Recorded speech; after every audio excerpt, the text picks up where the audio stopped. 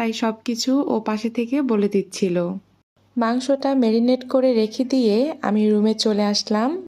এরপর নতুন একটা বেডশিট বিছিয়ে দিলাম। যাই হোক, সকাল থেকে উঠেই কিন্তু মনটা বেশ ভালো। এর মাঝে সকালের নাস্তাটাও সেরে নিলাম। সব কিছু গুছিয়ে নিয়ে আমি আবার রান্নাঘরে গেলাম। বাকি যে টুকিটাকি কাজ ছিল সব কিছুই সেরে নিলাম। এরপর তোমাদের ভাইয়া বিরিয়ানিটা উঠিয়ে দিয়েছে। ইনশাল্লাহ খুব তাড়াতাড়ি তোমাদের সাথে তোমাদের ভাইয়ার রেসিপিতে কাচ্চি বিরিয়ানির রেসিপি শেয়ার করব। এরপর ফ্রেশ হয়ে খাওয়া দাওয়া করে রেডি হয়ে চলে গেলাম তোমাদের ভাইয়া সহ একটা রেস্টুরেন্টে। আমি তো সেখানে গিয়ে পুরাই অবাক। তোমাদের ভাইয়া আগে থেকে কথা বলে সব কিছুই রেডি করে রেখেছিল।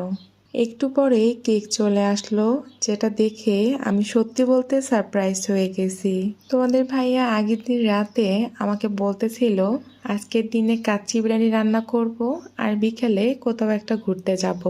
রেস্টুরেন্টটা এত সুন্দর আর তোমাদের ভাইয়া সবকিছু এত সুন্দর করে অ্যারেঞ্জ করছে, যেটা দেখে সত্যি বলতে আমার খুব ভালো লেগেছে।